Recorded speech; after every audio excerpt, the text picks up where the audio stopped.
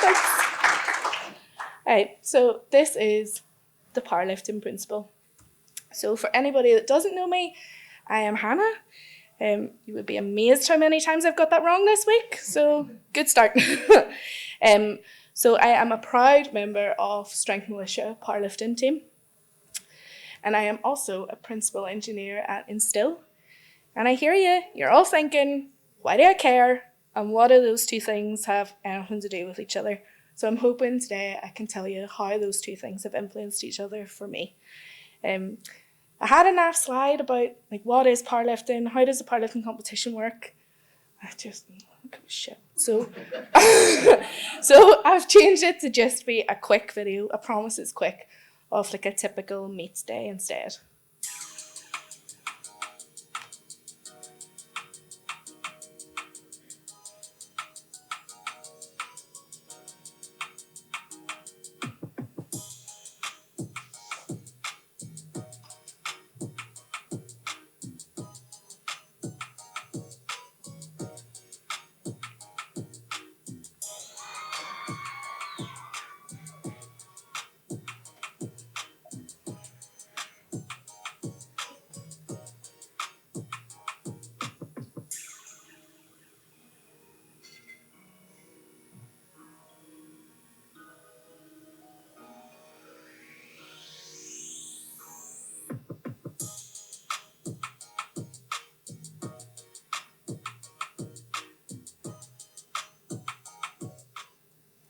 That was about 1 million times more cringy than I was expecting. Sweet. So for anybody who isn't aware, a competition has 9 lifts, 3 squats, 3 benches, 3 deadlifts, and it's the best of each lift, gives you a total at the end. So how did I actually get into powerlifting? Truth was, complete mistake, complete fluke. Probably don't belong there, but we'll just leave that. So I had always really been the fat kid growing up. Whenever I went to uni, I was in charge of my own eating budget. Things didn't go that good. Came home very, very overweight, and my mum convinced me to go to a gym. I was well over 25 stone. The first day I walked into the gym, I had to take a rest going up the stairs just to get into the gym. Fairly humbling.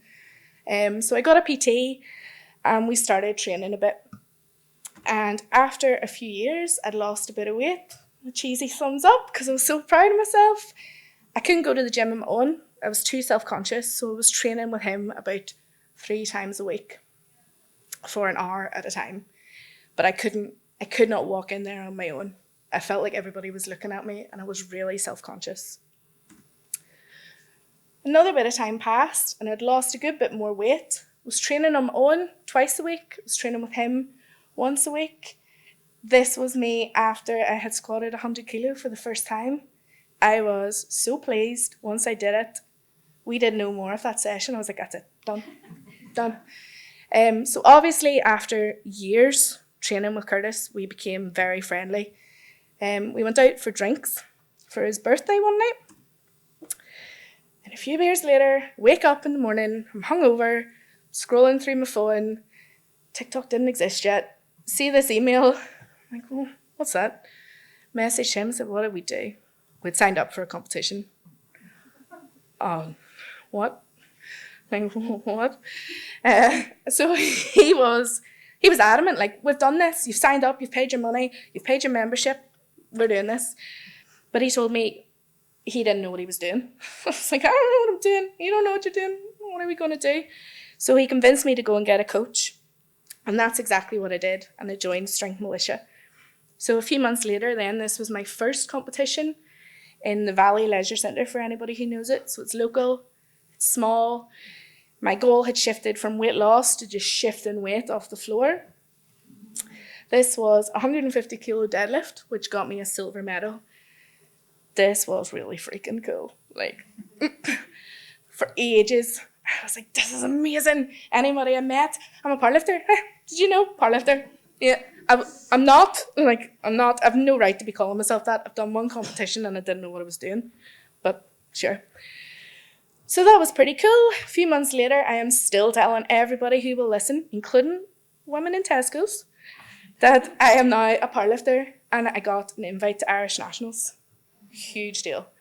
I didn't really know what it was. I asked my coach and he said, well, this is the top 7 in the whole of Northern Ireland and Ireland get invited to this competition. You don't go unless you're like the best. I was like, yep, okay, cool. Best powerlifter now, sweet. I was so excited, like you would not believe. So we got there, like it was getting closer and closer and closer. I had to go to Dublin for this. So this is the first time I had to go away for a competition. We were driving up. I thought, why does this car park look so big? What? I said, oh, I was like, oh no, that's the wrong place. We walked in and it was in a sports surgery clinic.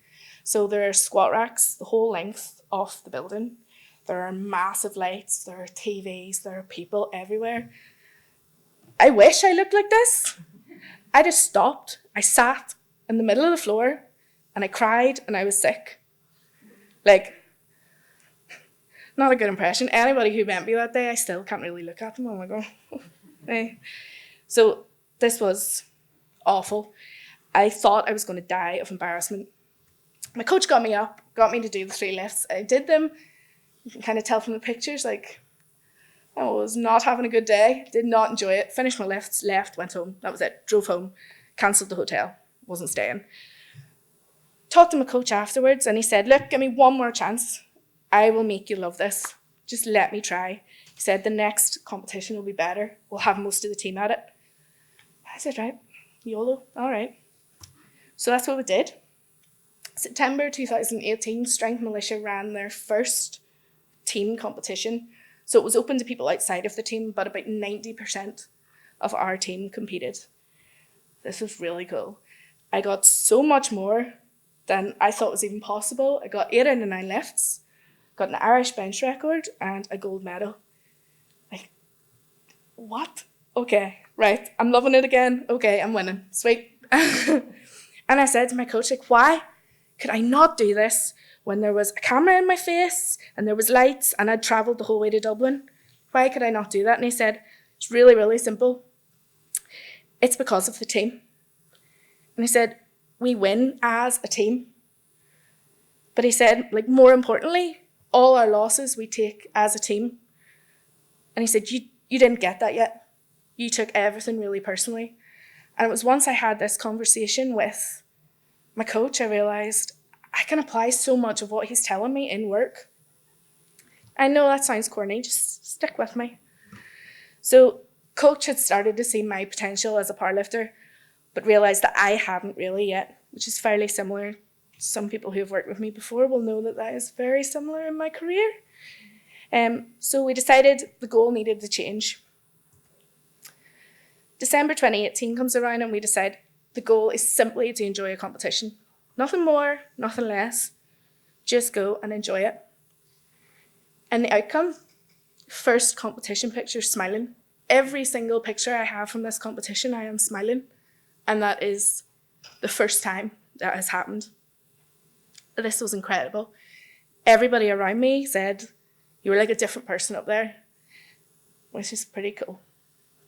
Except that wasn't all that happened that day. Shortly after it, I also got an invite to represent Northern Ireland at Commonwealths. You thought I was bad going to nationals? I'm telling everybody now, like I'm sending leaflets out, people are gonna know. So, and it made me realise, like, it's okay to enjoy it. And it's the same in work. Just because it's called work doesn't mean it can't be enjoyable. And this is kind of something I look at quite often myself. And I think, am I enjoying it? If I'm not, what can I do to change that? Because ultimately it's up to me. It's not anybody else's responsibility to make sure I'm enjoying work, really.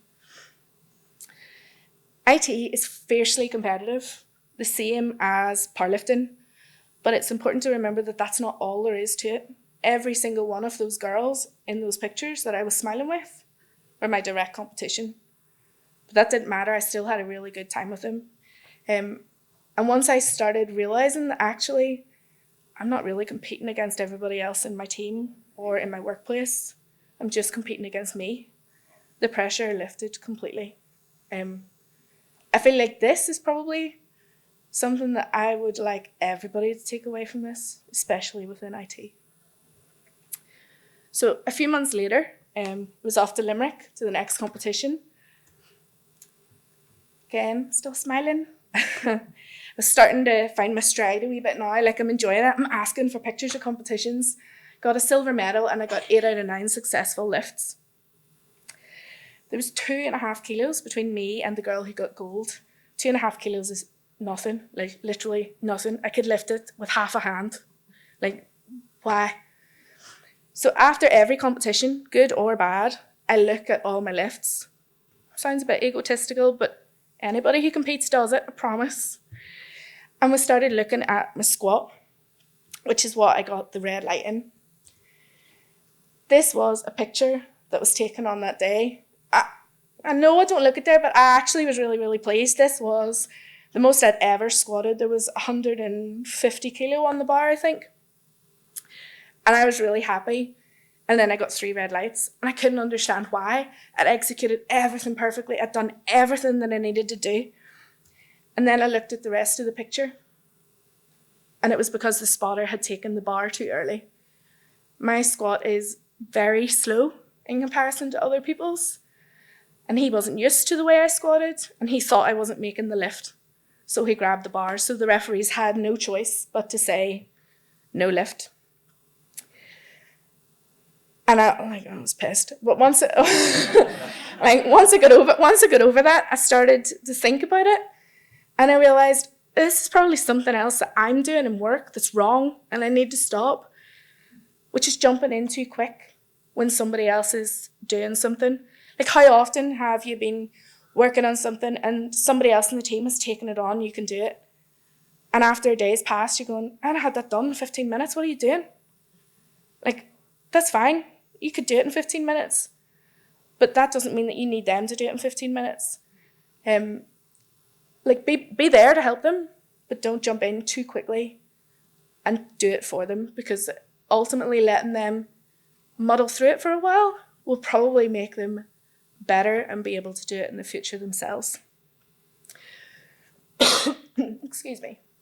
So later that evening, adrenaline started to wear off. We were out for dinner. I was like, oh, my arm's really sore. And Mum was like, right, you competed, but get it, shut up. Turns out, I actually was really sore. I'd torn my bicep. So that meant I could no longer attend Commonwealths. Right? I'm insufferable when I'm happy, but I'm worse when I'm miserable, right? I was really, really unhappy. And I told my coach, I rang my coach and said, that's it, I'm done, I give up. You win, whatever, don't want to do it anymore. And he sent me this quote. An injury is not just a process of recovery, it's a process of discovery. And I realised that this is really like things going wrong in work and in development and leadership. Like, something going wrong, it's not just working out how to fix it now, it's working out like what happened to make that go wrong, what could we do to make that better in the future, how can we mitigate against it. And if anybody in my team disagrees with what I'm about to say, just pretend it's cool, okay? In our team, we practice this every day. If anything goes wrong, we will look at what went wrong and why.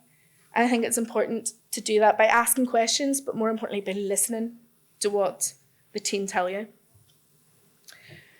So I started talking to my coach and I said, like, right, maybe I'm not done, but I can't compete. Like, I'm fed up. I want to do something.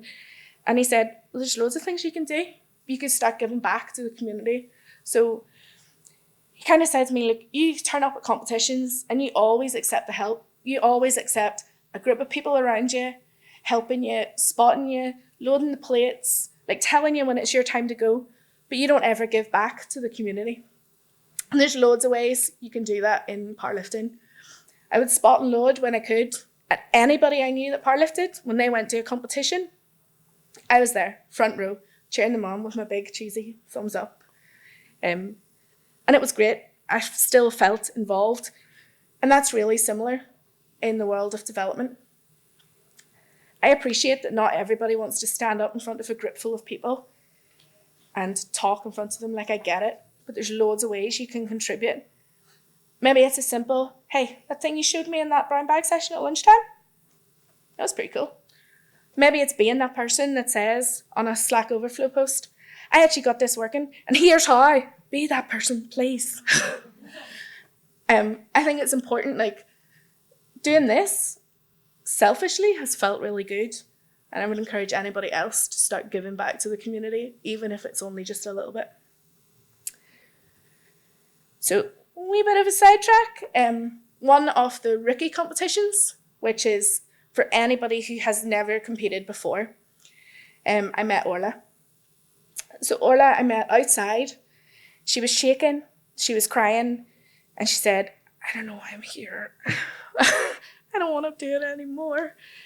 And I said, look, you've come all this way. Come on, I'll be right there. I'll be behind you. What have you got to lose? She said, right. Okay. And at the end of the meet, Orla gave me a massive hug, and she was smiling, and she said, I can't wait to do it again. That's really cool. Just so it don't leave you hanging, this was Orla in Irish Nationals in 2022. So she got top 7 in Ireland, and she was a different person. So she did continue to lift. But one thing that has stuck with me since that first day I met Orla was something she said as I was leaving. She said, you feel safe as a house with our Hannah behind you. Sounds pretty cheesy. I'm like, that's pretty damn cool that somebody felt like that because of me. And I realised that that's how I want any team I'm a part of, no matter what way I'm a part of that team, to feel within work.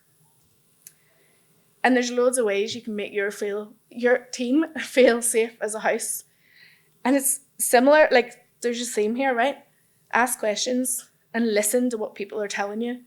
I'm very lucky in Instill that everybody is very open and honest and will be forthcoming with feedback, which is always respectful.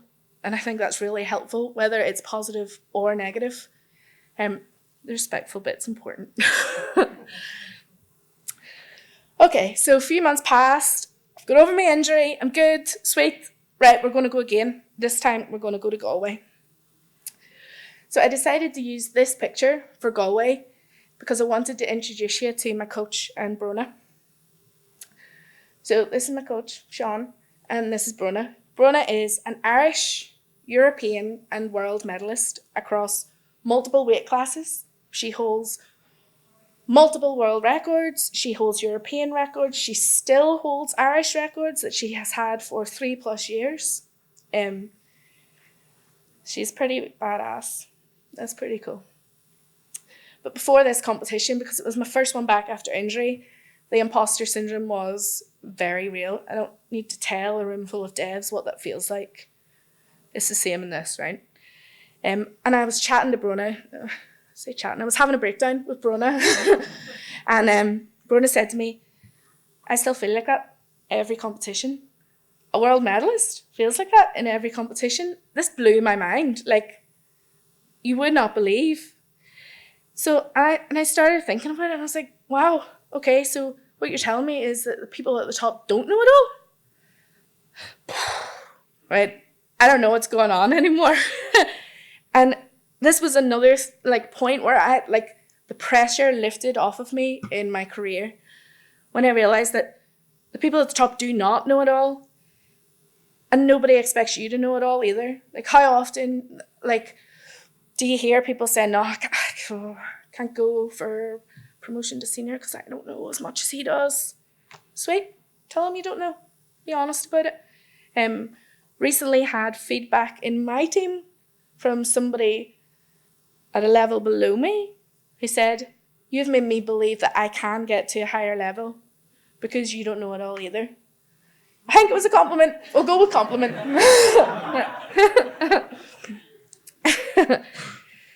So the next competition then was February of 2020 and was another Irish Nationals. The run up to this was hard, so I was just happy to be there. I had a niggle in the base of my back, which was making arching for bench really difficult. My coach kept telling me, look at how Lauren does it, look at how Joanne does it, look at what Jess is doing. I was like, twice the size of them, my body doesn't move like that. What are you talking about? And we started talking about it, and he pointed out to me that he didn't mean do what they're doing. He meant look at what they're doing that makes it work and find out how to make that trait work for you. So I was able to arch for my bench, and I was smug when it worked. But I realised that this is pretty similar in work. At the same time, I was going for a promotion and being told, nah, you need to work on your soft skills. How often do we hear that as devs, right? We're not people. And I realised that it was exactly the same. Don't misunderstand somebody telling you, look at Bob's traits for be Bob. Nobody wants you to be Bob. You do you. Okay, so we all know what's coming next. I'm sorry, I have to bring it up. COVID. And a whole dose of back pain. I tore a disc in my lower back on my last deadlift. And then COVID happened. So I'm still thinking like, 2 weeks off training? Sweet. No.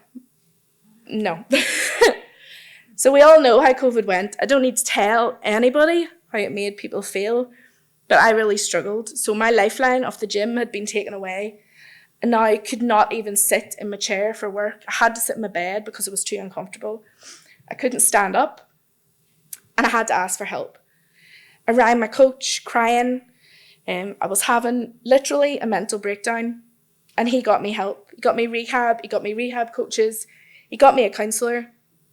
And he quite genuinely saved my life. And it made me realise like it's okay to ask for help. And it's the same in work, and something I try to instill in everybody within my team. You don't know. Ask for help. What's the worst that's going to happen? Somebody will say, I don't know. Well, you're not worse off, are you really? So, did all my rehab. COVID is sort of gone. March 22 rolls around and I get an invite for Irish Nationals because there's been no competitions, so I'm still at the top. Lucky. The goal for this was solely to get back on a platform. No expectations, just go out and do it. But after COVID, I decided, that's fine, I'll go out and do it. But I'm not doing it like everybody else anymore. If I have to go out there in what can only be described as a giant baby grow, you best believe I am doing it in glitter, a pair of hoop earrings, and sassy socks, because that is the way I roll. And that is exactly what I did. And I think it's important to remember to do things your own way. Maybe that is a different meeting format, a joke before stand-up. None of my team say that my jokes are bad. Being you is seriously what makes you great. So don't try to change it. Embrace it. June 22 came around then. The main goal was to PB on my bench because I had not PB'd on my bench in literally years. But the outcome was so much more. 9 out of 9 successful lifts, first time ever for me. Bench PB, deadlift PB, total PB, gold medal, and matched the Northern Irish bench press record. This was incredible. I know I'm crying, but I actually was crying tears of joy. I really enjoyed it. These are good. And it kind of enforced the message about making small, achievable goals, and then the big goals just happen themselves. I know we all hear that all the time. And in work, it's hard to look past but my big goal is I want promotion. But actually, look at all those little things that you want to do, and promotion will happen itself because you've become a better person. So hopefully that has showed you how I can relate to powerlifting and being a principal. It was hopefully not the end of my leadership or my powerlifting journey. I'm open to any questions. Thank you for listening to me.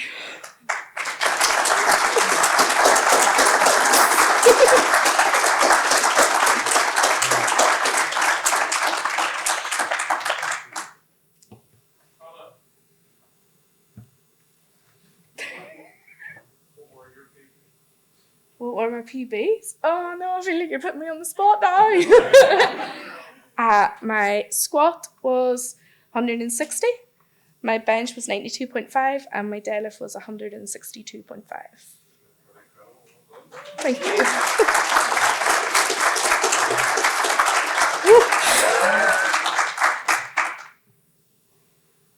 that me? Oh, sorry.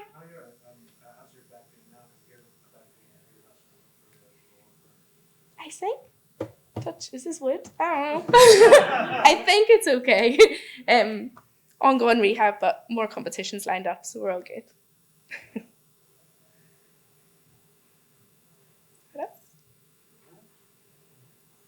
Awesome. Thank you very much.